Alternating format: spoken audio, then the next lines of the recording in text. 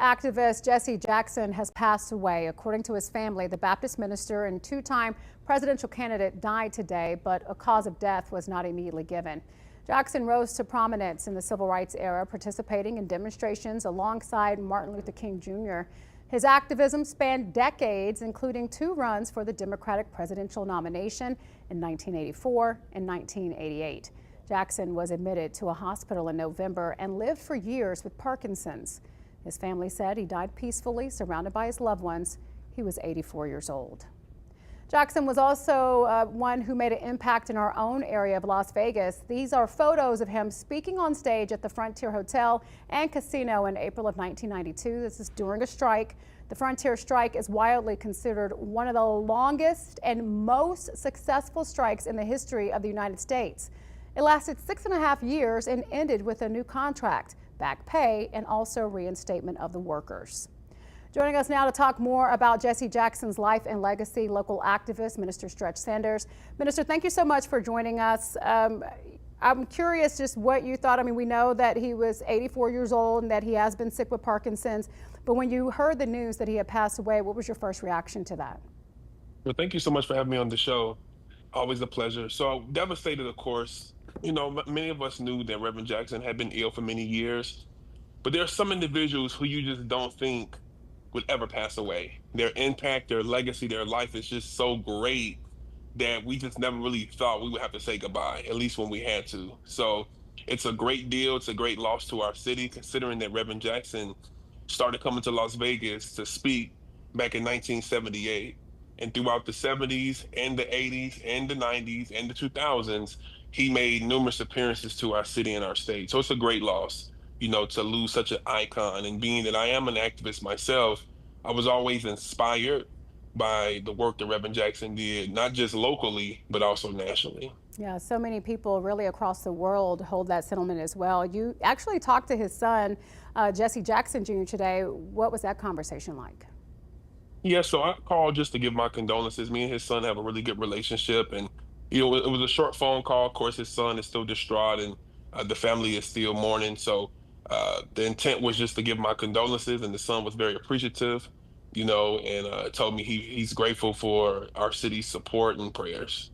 Yeah, and what do you think that we should remember most? I know you talked about a lot of great things that he did over the decades of his life when he was really working on behalf of so many people to have a better life.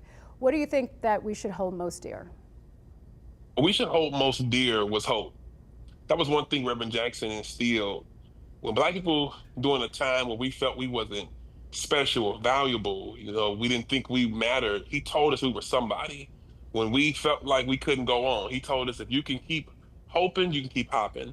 So I think his message is just do not lose hope, no matter what it looks like, no matter how it feels, no matter how dark it seems, whether it's in the movement or in your own home, do not lose hope. So the message I think for today that Reverend Jackson will want us to echo is keep hope alive. That was Yeah, his mantra. That's what he believed in. I love that. Keep it alive and never stop. And that's something that, as you mentioned, he kept doing decade after decade after decade. We're showing now, Minister, some photos of him with various people over the years. And I just have to tell one quick story. We all have, it seems like I'm looking at a lot of people talking about their stories. I came into contact with him numerous times, covering him in Spartanburg, South Carolina. He is from Greenville, South Carolina. And believe it or not, back then, some 15, 20 years ago, there was a lynching case. And he was very active in coming to his community. He took that very personally as one who grew up in that area, and he would not stop. He was relentless, really, when it came to trying to pursue justice in that particular case. And I'll never forget when my grandparents showed up one time for a vacation, and he was there doing a rally. And he invited us to his childhood home where we met his mother, who was still alive at that point. And just to walk through that house, there was this long hallway, and it literally was like the who's who of civil rights era.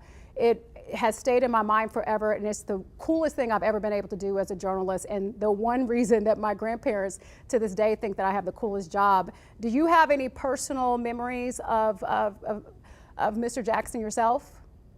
Yeah, so I'm from Chicago originally. So growing up, I thought Reverend Jackson was from Chicago because he had been in Chicago since the late 60s. But we know originally he's from the Carolinas. But growing up, he was just Reverend Jackson. I think to the world, he's this Jesse Jackson icon, but to Chicagoans, it was just Reverend Jackson. It was normal to see him, at a gas station. It was normal to see him at a church event or a community block party or the famous Bud Billiken parade in Chicago. So growing up, I just always had great memories of just seeing him in passing, and he was always, if you spoke to him, he would always throw a thumbs up. That was like his thing. He would thumbs up you and just keep it moving. So I have memories of Reverend Jackson. I would get high fived or I would get a thumbs up. So just as a little boy, that was just normal to me. I didn't realize he was this iconic figure until I left Chicago. And I Wow. realized, oh, he's actually known outside Chicago. But in Chicago, that's Jesse. It just really wasn't. My mother had worked with Reverend Jackson with his campaigns back in the 80s.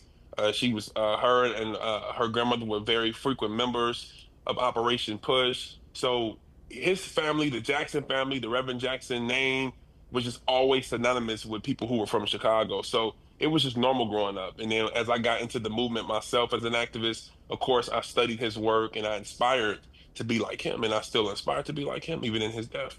Yeah, and as you were talking, I was just thinking, no wonder you're doing what you're doing because you had a front row seat to some historic moments and seeing him in action yourself.